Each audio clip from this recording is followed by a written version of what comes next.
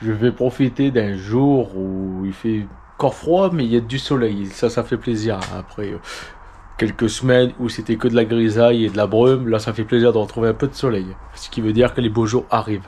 Voilà.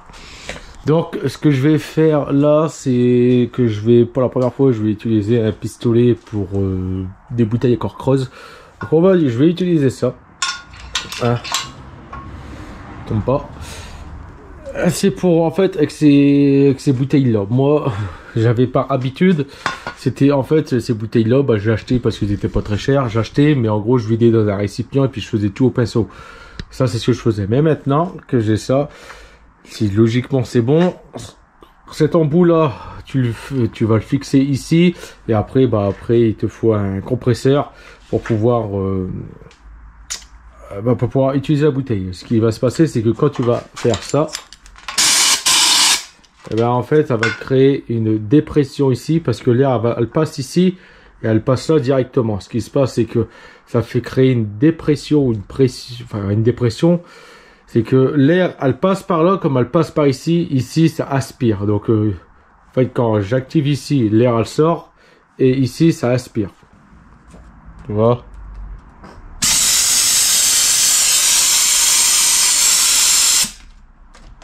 Voilà.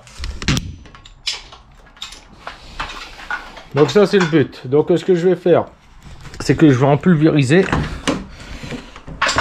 dans tous les trucs qui sont un peu creux. Donc je vais remettre dans le bas de caisse parce que j'ai pas rebouché les trous qu'il y avait parce que c'est intérieur. Donc je vais pas m'emmerder avec du mastic, soudé ou autre. C'est pas le but. Je vais en projeter là-dedans parce que j'ai remarqué qu'il y avait de la rouille là. Donc je vais en projeter quand même pour essayer de faire en sorte que ça rouille le moins possible. Pareil pour en haut. Pour le bas, tu vois, là où je vois des ouvertures, je vais en projeter là-dedans pour vraiment faire protéger plus possible le véhicule. Tu vois, il y a un truc que je viens de voir, c'est que je viens de voir qu'il y avait des loupiottes. Ah, elle n'est pas fonctionnelle. Et là, j'en ai pas. Bien. Bon, c'est bon à savoir, je ne savais pas. Y a-t-il un câble, moi? Déjà, il y a un câble. Après, ouais. Je vais quand même contrôler les fusibles, c'est-on jamais. Donc, voilà ce que je vais faire.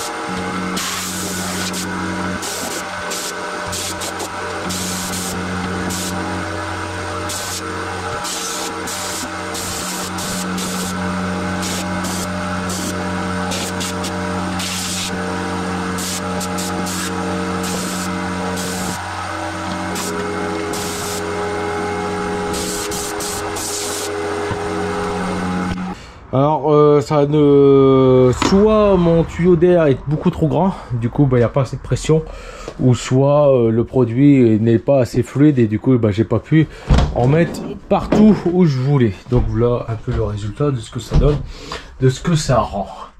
Voilà, donc là on est c'est bien quoi. J'ai juste mis pour la benne, pour ce qui est devant j'ai pas pu. Les trucs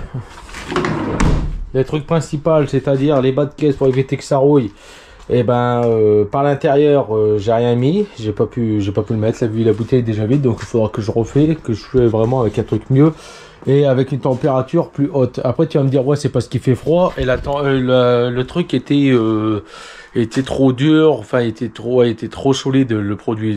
La bouteille ça fait 5 jours qu'elle est à la maison, elle est en température ambiante de la maison qui est entre 20 et 22 degrés.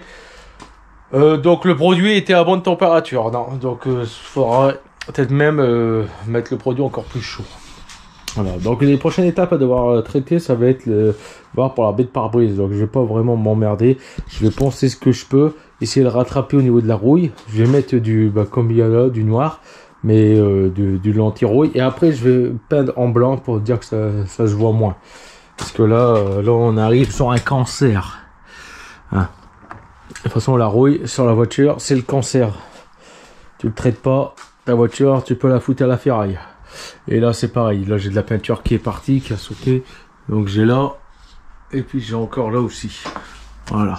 Donc là, regarde, là je vois il y a ça, donc c'est soit pour venir fixer une galerie, soit c'était pour une antenne, voilà. Est-ce que je l'ai aussi de l'autre côté? Ouais, je l'ai aussi, donc à mon avis c'est pour pouvoir fixer la galerie. Et est-ce que par l'intérieur il y a les trous? Ouais, il y a déjà les trous, ouais. Donc peut-être pour installer la galerie, hein. Voilà. Bon bah maintenant on va laisser ça sécher, on va laisser tout ouvert pour que le produit s'évacue, parce que le véhicule j'en ai besoin demain. Voilà, donc comme tu vois une R5 commencer, hein. Donc là tu as la benne et la R5, bah voilà l'encadrement en fait de la R5, de ce que c'est. Alors bien sûr sur la R5, tu enlèves cette partie là, tu prends que à partir de ici, que du pare-brise, du haut du pare-brise, et tu sais la hauteur de la R5. Là tu vois qu'on est un peu plus rehaussé qu'une R5, mais là c'est la largeur d'une R5 ici, hein. Parce que là juste derrière ici, bah t'as les portes directement, voilà. Ouais, en fait, il n'y a rien de différence, il n'y a rien de vraiment grand différent, parce que les portes d'une R5 sont compatibles. Par contre peut-être que les arches, non les arches sont les mêmes.